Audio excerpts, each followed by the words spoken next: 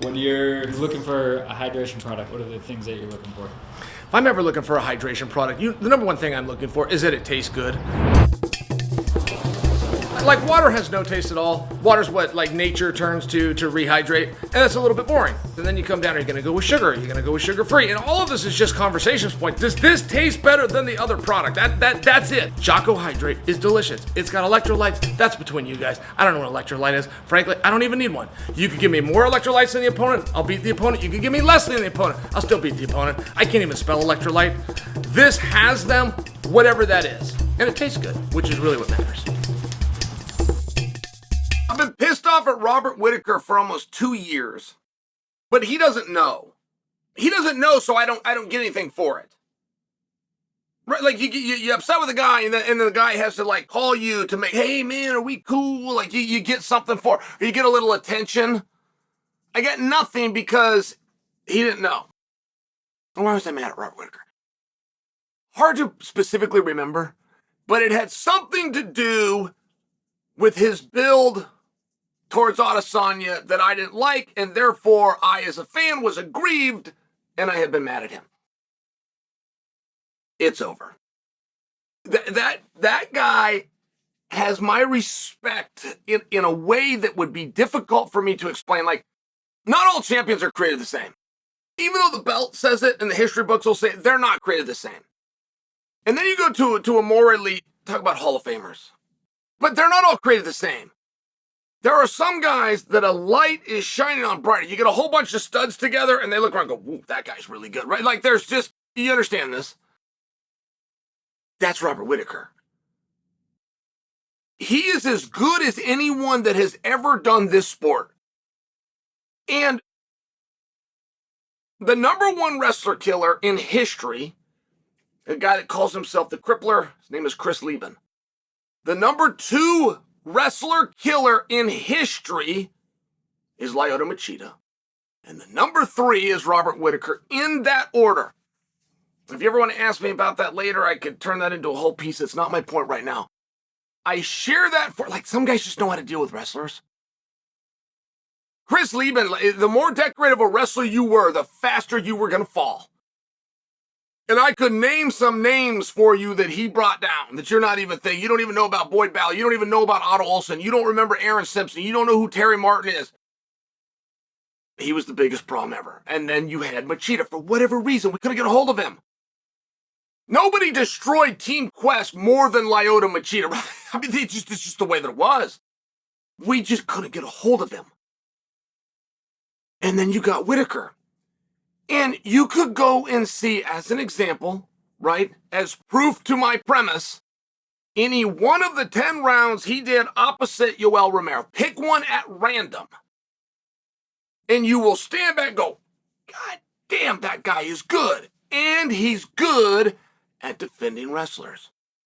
So, where I go with that is Robert Whittaker has been difficult in my opinion. Okay, this goes back to when I was mad at him that he doesn't even know about. What's the point of being mad at a guy if you can't get any attention for it, right? What's the point of that? I wasted 2 years. But he's hard to get to the ring. In my opinion, he's difficult to get to the ring. And he was supposed to take on Chimaev, which is the grenade that nobody wants to jump on. So now you have a guy, I just told you he's hard to get to the ring. Well, then he's not the one that's going to jump on the grenade that nobody wants to deal with. But he was. Why? And what would have happened? And what was he promised? Anything? I don't have evidence he was promised anything. I don't have evidence, and neither do you, that when Robert Whittaker agreed to take on Chimaev for 5 rounds in a main event, you don't have any evidence, and neither do I, that he was even promised a number one contendership. In fact, we as a community believe that's already going to Sean Strickland. So it was a pretty incredible thing. Like, it kind of puts a dent in the boat of my argument that he's hard to get to the ring. It kind of defeats it. Now, stay with me here. People like to say MMA math doesn't work. It works all the time. Not only does it work all the time, it is the number one thing that my partner DraftKings will go off of. The number one thing that DraftKings will look to is common opponent. The number one thing in the NCAA for wrestling is head-to-head competition. Right underneath that is common opponent. It works all the time. There's stupid expressions that have come in this sport and people have accepted and they stuck around. Styles make matchups. No, they don't. Shut up. Just shut up with it. Take that in your footwork, in your gold teeth, in your 8th grade boxing education somewhere else.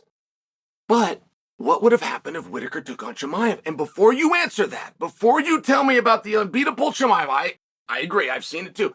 You got to understand it's Whittaker. So if you want to tell me how great Chimaev is at wrestling, do you understand Yoel Romero was the best? Not maybe. He was the world champion. Do you understand that? So your argument of wrestling, it's not as strong as you once thought. Now you understand that Robert Whittaker, only behind Chris Lieben and Lyoto Machida, deals with wrestlers better than anybody. Now you get to the common opponent. Ikram, believe I'm saying that right, who Robert Whittaker ends up fighting, fought and lost one fight ever. He was in the Brave organization to Chimaev, and I watched it this morning. Now, I can't go as far as to tell you that Ikram was beating him. I can't go that far, but damn, he was doing good. He was doing, Chimaev steps in, it's like a slip, boom, with a lead uppercut, puts him down. That's very interesting. That's at 170 pounds. So before you say that Chimaev would have gone through Robert Whittaker, like, I get the respect that you want to show Chimaev. I do too. But you then have a reality. You have a reality that keeps being resisted by Robert Whittaker. You have a narrative that you can't teach an old dog new tricks. You have a narrative that a guy that's already climbed the mountain, who's already rich, famous, going into the Hall of Fame, like there's literally nothing more that he can do. There's not an award out there that he hasn't won. You'd think his motivation's down, but he's returning to main events. He's extremely hungry. And the perfect storm for Robert Whittaker, it's two things. It's not just a wrestling heavy guy. The perfect storm is a wrestling heavy guy who's the favorite. That is when the Robert Whittaker shows up.